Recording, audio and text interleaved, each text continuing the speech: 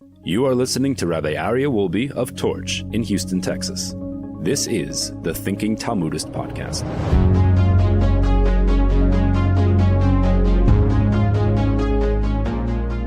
All right, welcome back, everybody, to the Thinking Talmudist. It is so awesome to be back here. Welcome to all of our online viewers, to our Zoom participants, to our people here live in the classroom. It is awesome to be back here and to learn another delightful piece of Talmud. This Talmud comes from Tractate Taanis 20a, all the way on the bottom. And the Talmud begins as follows. Tana Rabbanan, the rabbis taught in the Brisa, La'olam yeheh adam rach kekoneh. A person should always be soft like a reed, flexible in interpersonal matters. Ve'al yeh kosher ke'erez, and not be hard like a cedar. Maaseh, there was a story, an incident. Sheba Rabbi Elazar bar Rebbi Shimon mimigdal gdor. Rabbi Elazar, the son of Rebbi Shimon bar Yochai, was coming back from Migdal Gedor, Mibeis Rabo, from the house of his teacher, rochuv al hachamor, and he was riding on a donkey, umitayel al sfasanor, and traveling along the riverbank, v'sameach simcha gdola, and rejoicing greatly. He was very, very happy. V'hoisa dato gasolav, and was feeling very proud of himself. Why? Because he had learned a lot of Torah from his teacher. He felt very good. He felt very happy, elated with joy. There, on his way, he happened upon a very, very ugly man.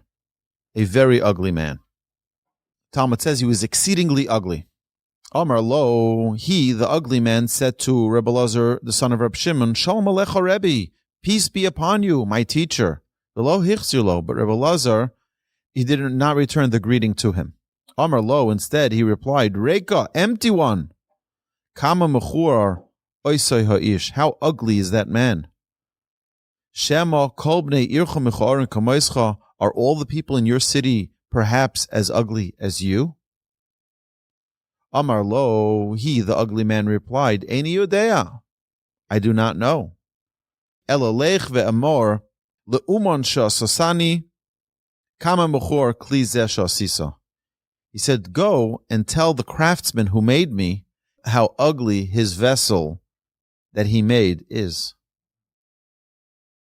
Kevan sheyada be'atzma shachata, when Rabbi Elazar realized that he had sinned by insulting this ugly man, Yorad min hachamor, he got down from the donkey, v'nishtatech lefonav, he prostrated himself before him, ve'amar lo, and he said to him, Na'anisi loch, I have spoken out of turn, I have spoken out in a negative way against you. Mecholi, please forgive me. Amar lo, eini mochalach. The man said, I do not forgive you. I do not forgive you. Achtetelech le'uman sha'asani, ve'amar lo kama mechur kli zeh sha'asisa. Until you go to the craftsman who made me, the Almighty, and you tell him how ugly his vessel that he made is. Go to God and go complain to God and tell him what an ugly creation he has created. So, first, I think there's a couple of things that we need to think about. Number one is that we have to understand what's really going on behind the story. Our sages tell us that this man wasn't really a real man. It was Elijah the prophet. And God sent Elijah the prophet to Rabbi Elazar ben Rebbi Shimon to humble him. Commentaries say here, it was Elijah sent in disguise to teach Rabbi Elazar a lesson in humility. Why? Because it's very possible that someone is very, very successful financially, and he looks down at other people. Look at you, you poor person.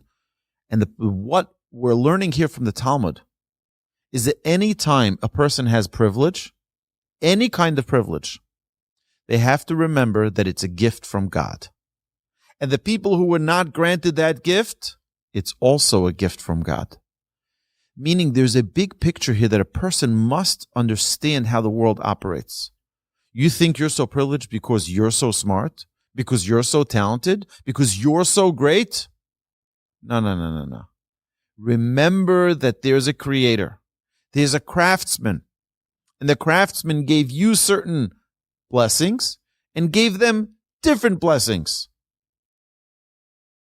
And for you to decide that the craftsman is wrong in how he created things, you're making a huge mistake.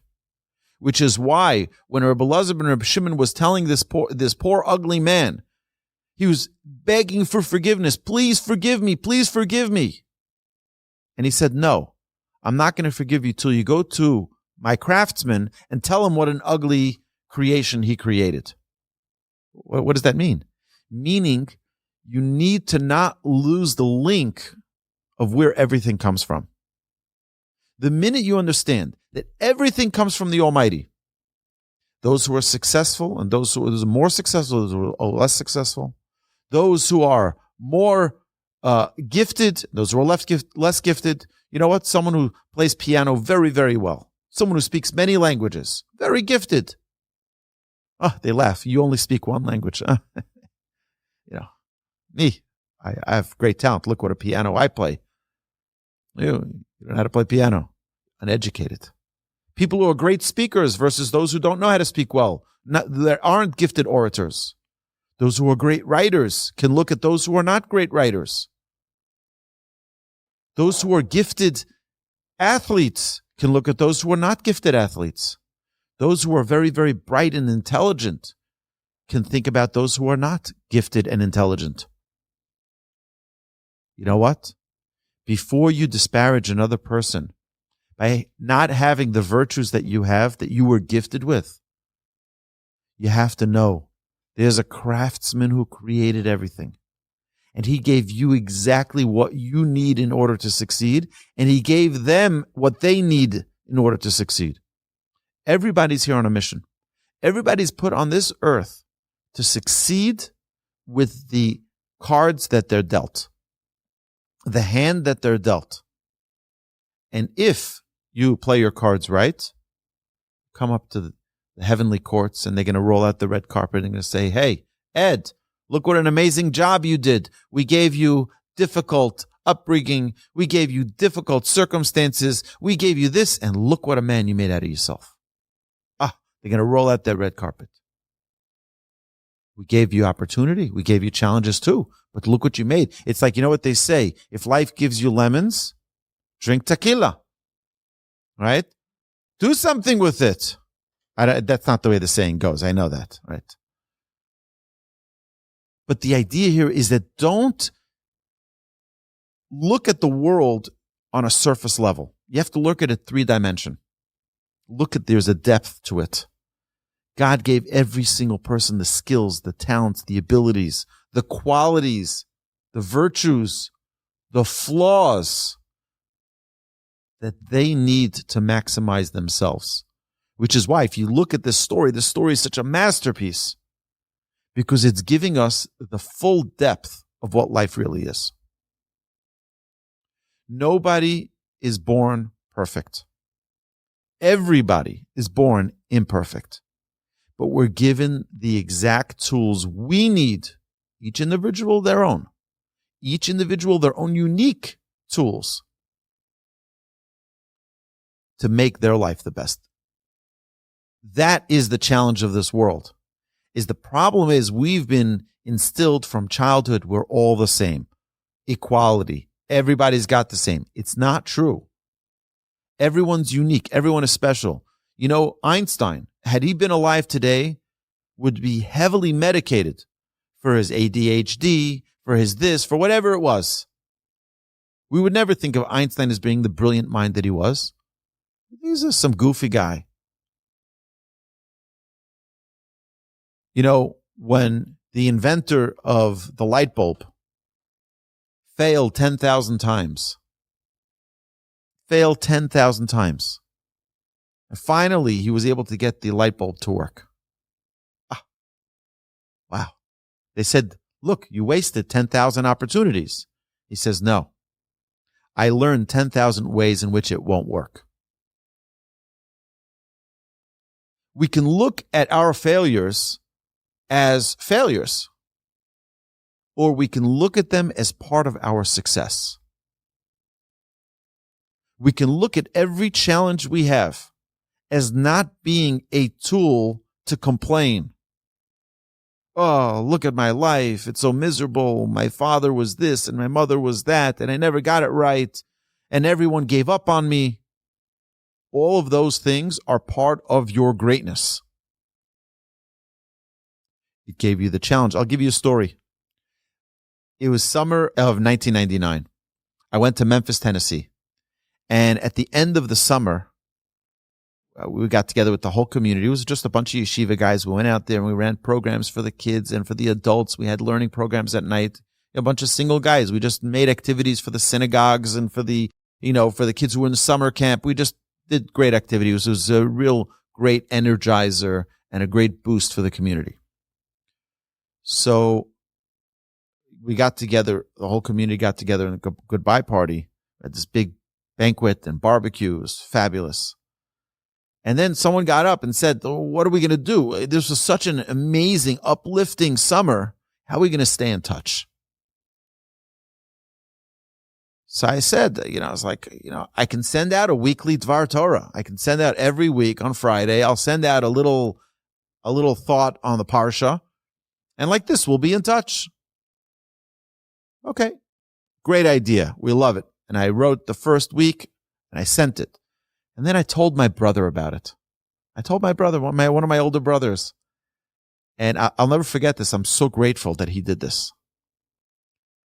And he said to me, oh, you're going to be one of those guys who start a project and never finish it. Yeah, you'll start Genesis, you'll start Bereshis, Noach, Lech Lecha, each portion. And then by the time you get to Vayikra, Leviticus, you're like, yeah, I'm done. You just drop it off. I remember he told me that.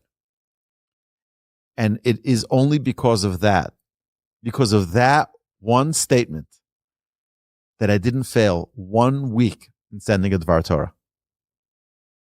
It was that doubt that he put, like, you're going to be like one of those guys who starts a project and doesn't finish it. It's 54 weeks in a row. You got to send one every single week. And for the Pesach, we sent on the whole Seder, on the whole Haggadah, and for Shavuot, and for Sukkot, and for each of the holidays. I was determined to prove him wrong. So he was the motivator. His doubt in my abilities was my motivator. Like, I'm going to show him. And I'm forever grateful that he doubted me. Because that doubt, sometimes when people doubt you, you can say, oh, no one believes in me. No one thinks I'm worth anything. You see, look, even my brother thinks I'm never going to succeed at anything. You can do that. Or you can say, you know what? I'm going to show him that I don't give up. And there were many weeks that were difficult because I was in Israel. And it was the weekend of Y2K, if you remember that, year 2000. As soon as the clock turned 12:00, everyone was terrified that all the computers were going to be, destroyed and all of the hard drives are going to be erased. And everyone was terrified. I was in Israel at the time. And I made sure I had to send it out early, just in case. It's like that. People will have their Dvar Torah before, it all goes gone. And there were times that it was very difficult. They had the largest snowstorm was that year in Jerusalem. It was difficult to get online. I had the dial-up, you remember that, right? The AOL. I did that all from Jerusalem. By the way, just a side note, my grandfather was not a hypocrite. It was that time that internet was becoming popular. People were getting all the dial-up connections. And the rabbis came out very, very strongly against the internet. It was like any piece of technology, there are challenges. My grandfather did not sign that letter. So I asked my grandfather, why didn't you sign that letter? I think they came here to the house. I think I remember them coming here and asking you if you're going to sign this letter against the internet. He says, don't you go on the internet every week from my kitchen? I'm like, yeah, I send out the Dvar Torah. I got to send it out. He says, how can I be a hypocrite? Tell people not to use internet when you're using internet in my kitchen. So that's the story. My grandfather never signed the ban on the internet because I was the nonconformist, I guess, at the time. But either way, you had a question there. Yeah. So look, I believe that the gift of the internet is unbelievable for us as rabbis, because we have the ability to disseminate. I'm right now, at this very moment, we're live on Facebook, on LinkedIn, on YouTube, on Twitch, on Twitter, on Rumble, and people are able to write comments like the comment we have here. Oh, Moshe Fima, my dear friend, the chief rabbi of Belarus, is on LinkedIn.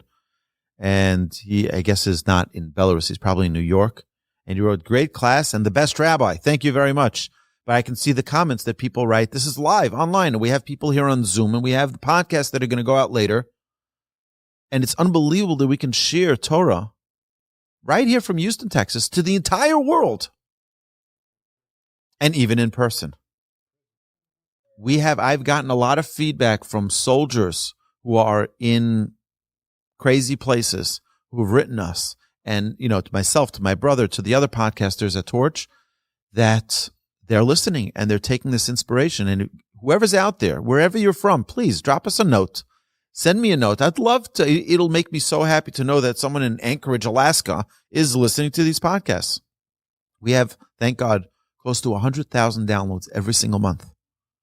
It's remarkable. It is remarkable that Torah from a classroom right here, right, Ed?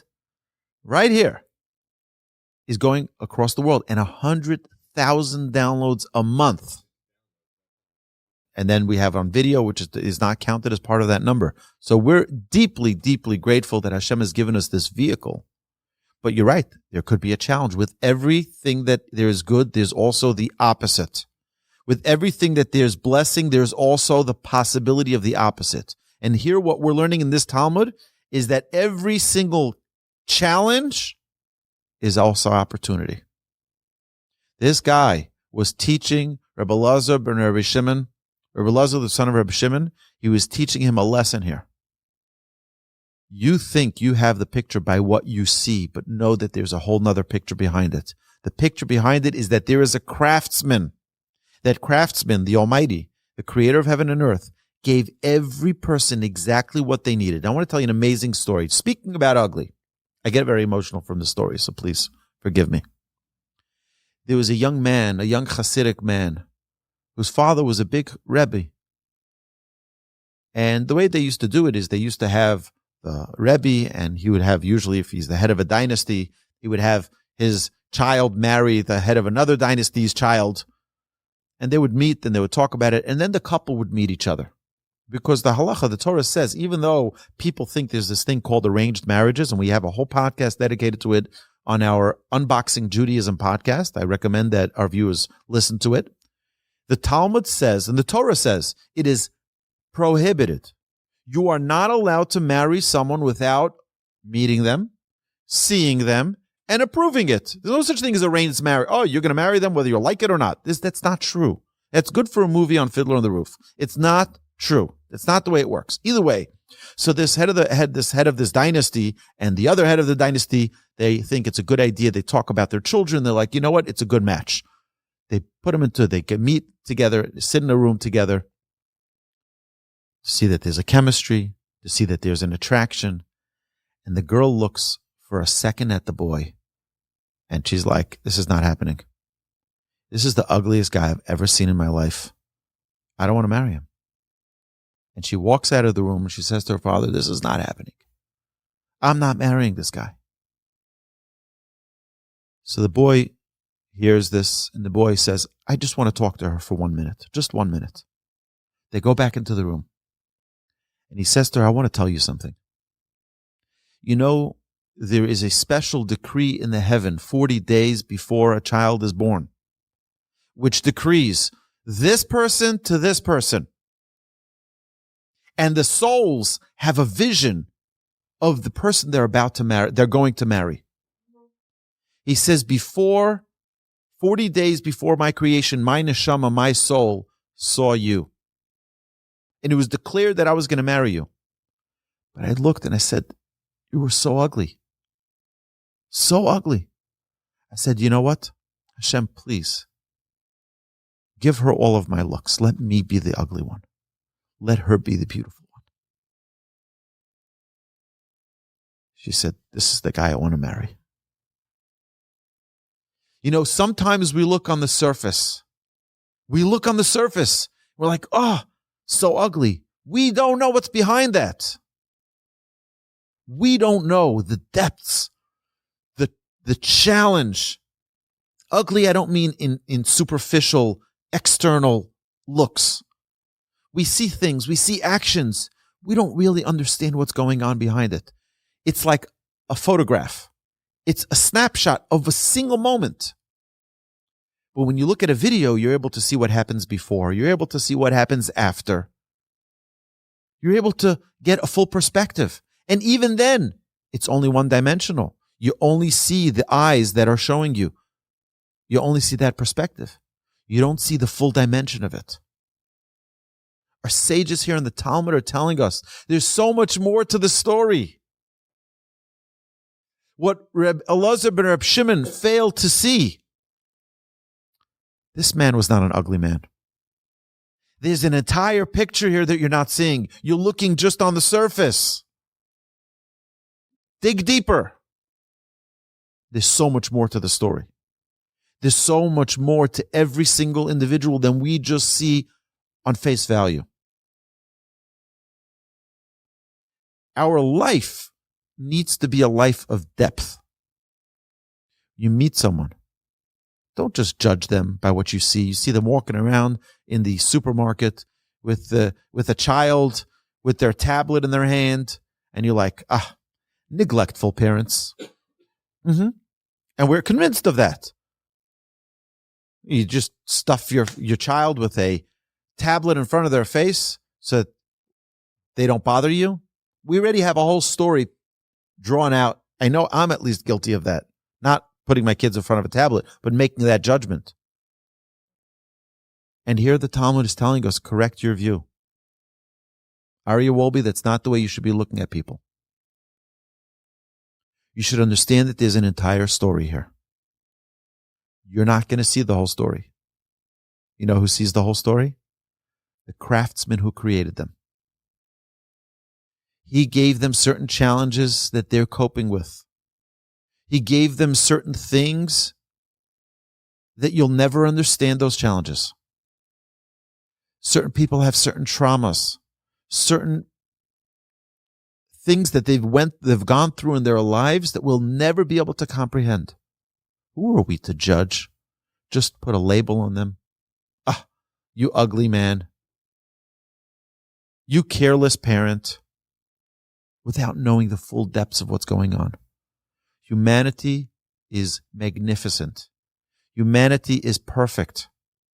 It's Hashem's creation. How many times did we look at something, cast judgment, and then when we actually get to know the people, we get to know the story, we're like, totally not what I thought at first hand. I gave a judgment right away. But then when I learned the whole story, it opens our heart. It opens our understanding.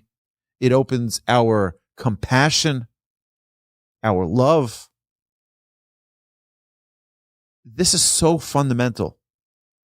Where the Talmud here is teaching us never judge a book by its cover. Actually, I once heard one of the greatest Jewish publishers, the head of Art Scroll.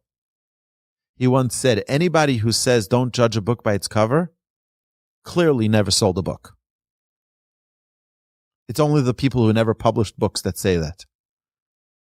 He said, I can tell you books that only sold because of their cover.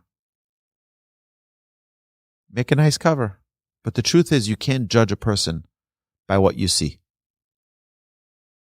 Because even after you get to know them, there's so much depth, so many layers that's beyond the surface. The Talmud here is teaching us a very important lesson. So what is Elijah the prophet here displaying himself as an ugly man? What is he telling Rabbi Elazar ben Rebbi Shimon? He's telling him that is Go and complain to God that you find fault in his creation.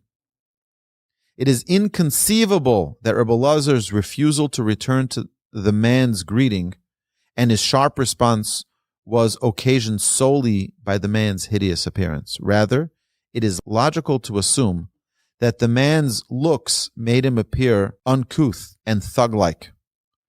That is why Rabbi Elazar, judging the man by his looks, called him an empty one.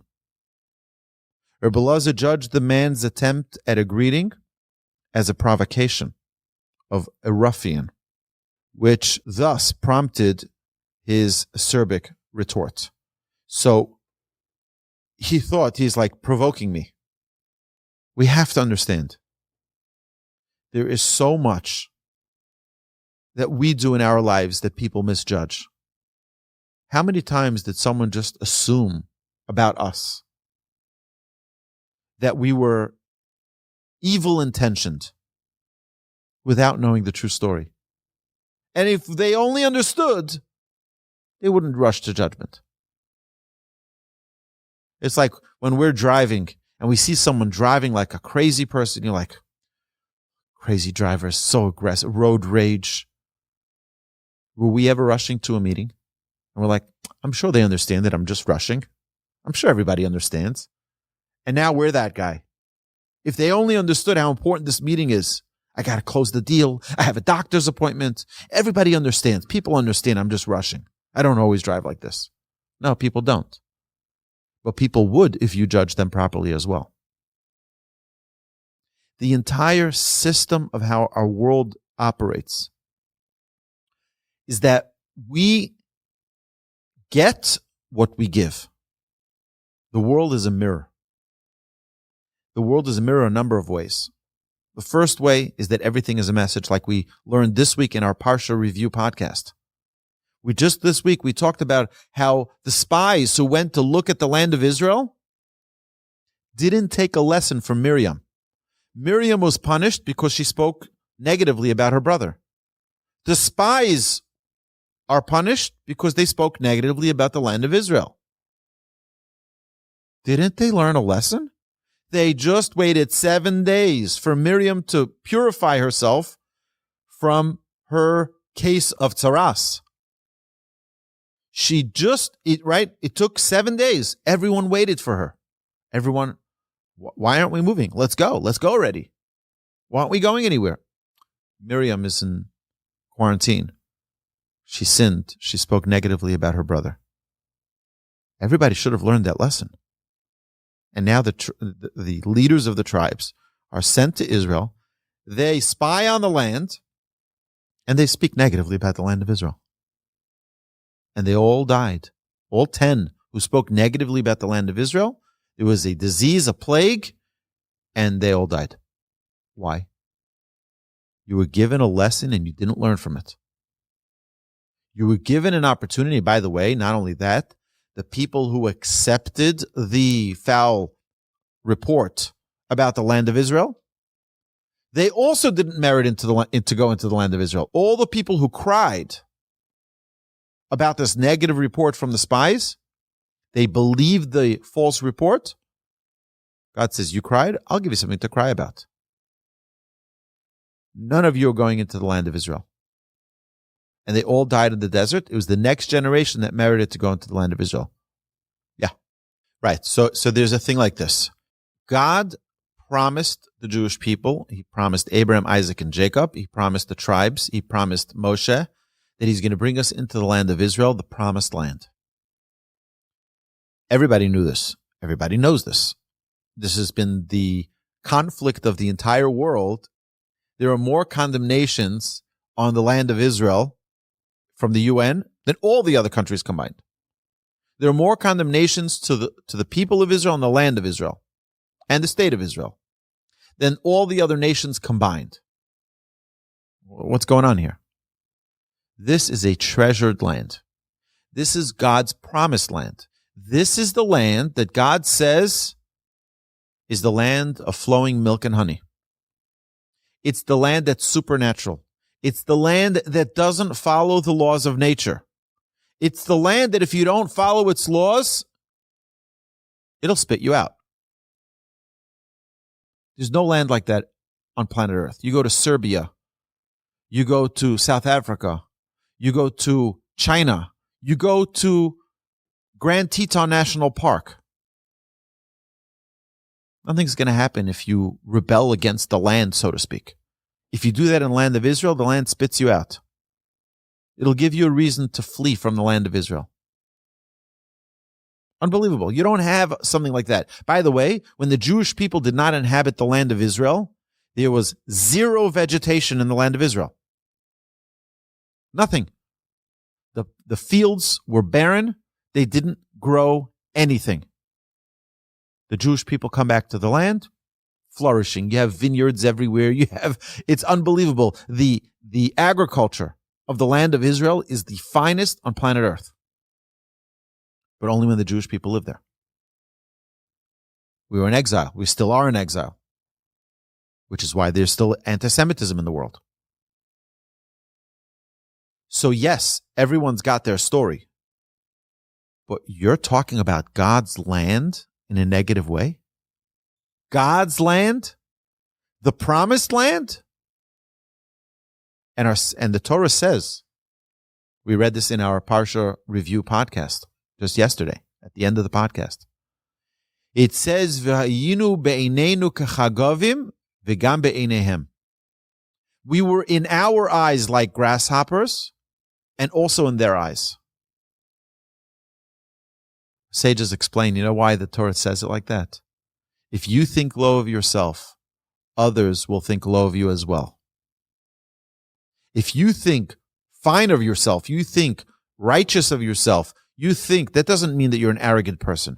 But if you treat yourself with dignity, people will treat you with dignity. If you want to be a person of refined character, people will see you as a refined person. You want to carry yourself with dignity, people will see you with dignity. You are the way you present yourself. Which could be a little bit of a contradiction to what we said earlier, but not really. The people saw themselves in a negative light. They were depressed. So their presentation of the land of Israel was such as well. Because they saw themselves small, they projected that out. And they said, oh, they also saw us as small people. They also saw us. And that's the problem. You can't go and say a negative thing about God's land because you are deficient. That's a very good question. It's a very good question. So if the Jewish people were slaves for 210 years in Egypt, and now we just got out of Egypt and we're standing by Mount Sinai, and we're talking about the land that's right over there, and we can go into our land soon. By the way, they were only 11 days distance from the land of Israel. That's it. They weren't very far. And guess what? The whole generation lost. But here's the thing. To what you're saying, excellent question. It's true that they still had a slavery mentality. That's very true. But you're the leader. As a leader, you know, when I came to Houston, I was running Torch right away. Day one, I came in, I was learning from my predecessor. We had an overlap of a few months. And then, boom, I had to run this organization. I remember one day, and I was a young guy. I was 26 years old at the time, just turned 27.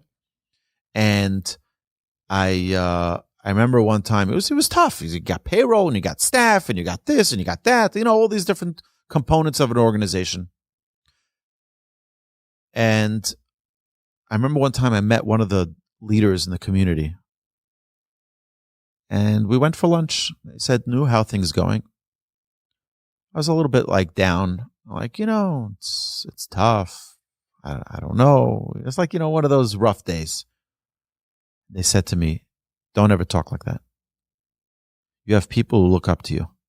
You have an entire organization that is either motivated or completely unmotivated based on your excitement and your energy. If you come with a down energy, all of them will be affected by that down energy. If you have an up energy, enthusiastic, motivating, energetic, then you know what's going to be with them? They're all going to feel that enthusiasm. They're all going to be energized. It's all based on how you... So I said, but I'm not going to fake it. They said, don't fake it. You have to be energized. You have to have that. Work on it to make it that every day is an awesome day. Because people, when you're responsible for other people, you don't have the luxury of just saying today is just going to be a no day. You don't have that luxury. It's like they say, rabbis are always on. You can't tell your congregants, I'm sorry, today I'm just not in the mood of talking to people. It doesn't happen because you have a responsibility. That's your responsibility. These were the leaders of the tribes.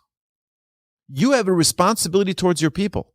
You can't tell, running a company, you can't tell your employees, guys, 1 month, we're just taking off, no payroll this month. Okay, I just need a break, okay?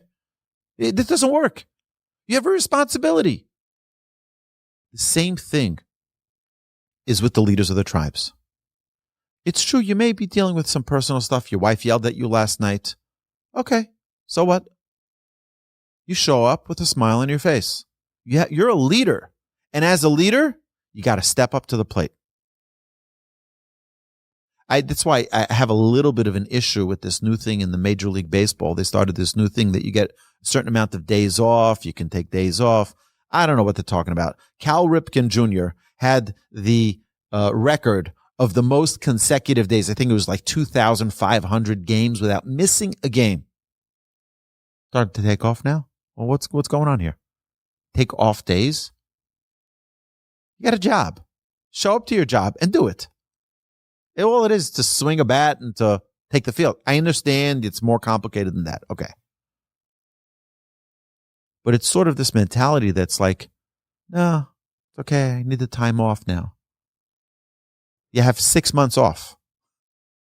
Well, even the most important players are sadly sitting it out. But that's not, I think it's not good for our children to see that. Oh, he has an off day. What do you mean he has an off day? They have off days already assigned in the calendar. They have travel days. But he's just sitting it out.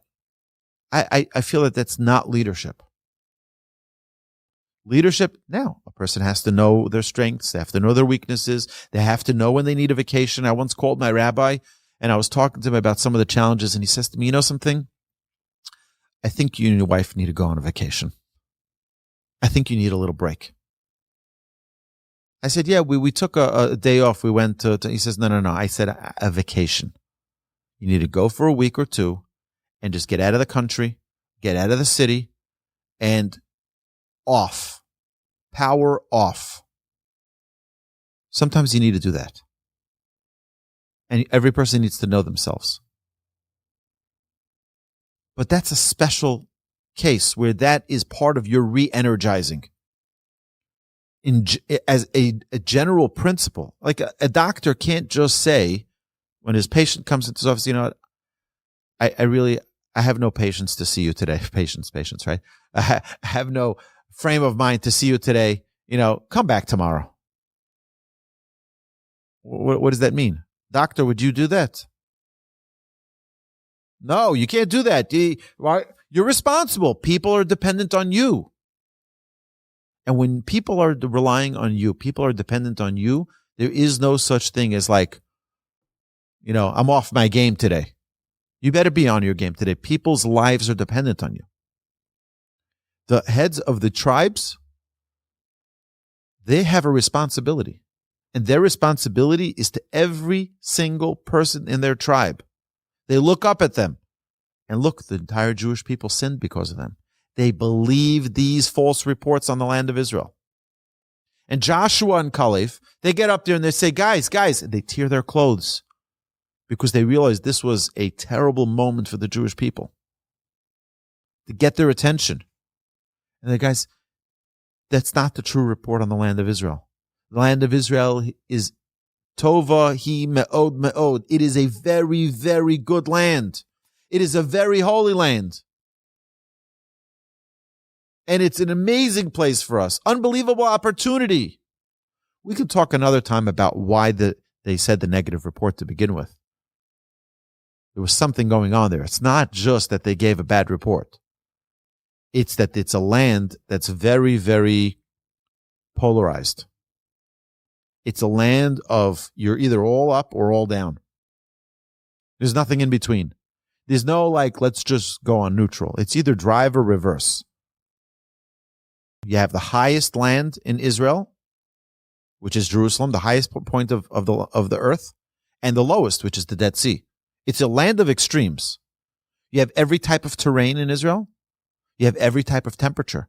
You have from the hot desert, and you have the cold Mount Hermon, which is snow-capped.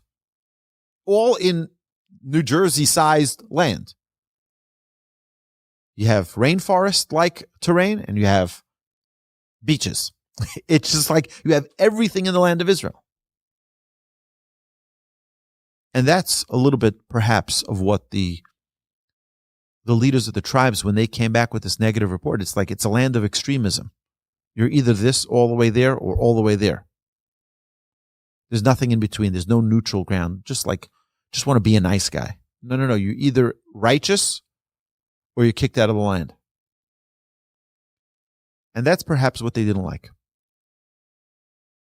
And what Joshua and Kalev were telling them, Tova hi me'od mod, it's a very, very good land. Very, very good. In that the land helps you grow. It says, Ein Torah k'Torah's Eretz Yisrael. There's no Torah learning like the Torah studied in Israel. What do you mean? We're studying Torah here. Yeah, but on the land of Israel, it's a whole new level. There's a certain clarity that comes with it. There's a certain light that comes with the Torah that you learn in Israel. It says there's no beauty like the beauty of Jerusalem. Nothing. You can go to any place on planet Earth. It will not be as beautiful as Jerusalem. There's nowhere to look. Look everywhere. It's unbelievable. I'll just finish off with one little story. When I was in Israel most recently in March, I was in a cab going from one place to another place, obviously. It's typically what we do in cabs. And I asked the cab driver, there was a ton of traffic. There's construction everywhere. There is construction in every single centimeter of Jerusalem. There's construction, and out of Jerusalem as well. They say they want to change the name now to Crane City. There are cranes everywhere. Everywhere, new roads, new tunnels, new bridges, new buildings, it's unbelievable what's going on. So I said to the cab driver, isn't this frustrating that you always have traffic here and there's always construction and always things going on, and it's, you got to do detours here and detour there. And this is a secular cab driver, but it's just to show you that even a secular cab driver in Israel is holy of holies. He turns around to me, he says, don't you understand? We're preparing Jerusalem for Messiah. Messiah is going to come. And all the Jews are going to come to Jerusalem. Don't you think we have to prepare roads for them? Don't you understand we have to prepare enough houses and enough apartments and tunnels so they can get in and out easy, so that it can be a quick access? Wow. That's amazing. That's perspective. Tova hi me'od me'od, my dear friends, this week's Torah portion. The land of Israel is very, very good. It's not too late to go. I didn't go in 10 years, 20 years, 30 years, 40 years. Go, get on a plane. It's one United ticket. You buy a United ticket or go Turkish Airlines, whatever airline you go. It's not so expensive. I'll go with you if you need someone to carry your bags. It's an important thing. Go to the land of Israel. It's your land. It's your special holiness. It's the source of our neshama. Everybody who goes to Jerusalem gets emotional. Everybody. I don't know a single person who told me that on the hills heading to Jerusalem, you don't get choked up. Why? Why does that happen? Does that happen when you're going to Greece? No. Does it happen when you go to London? Does it happen when you go to Paris? No, it's nice, beautiful. Eiffel Tower, great. Beautiful. Let's take a picture and let's get out of here. Jerusalem, everybody gets emotional. He says the source of our soul is Jerusalem. Our soul descends to this world from the heavens. That's the connecting point from earth to heaven, is Jerusalem. We're connecting closer to our source.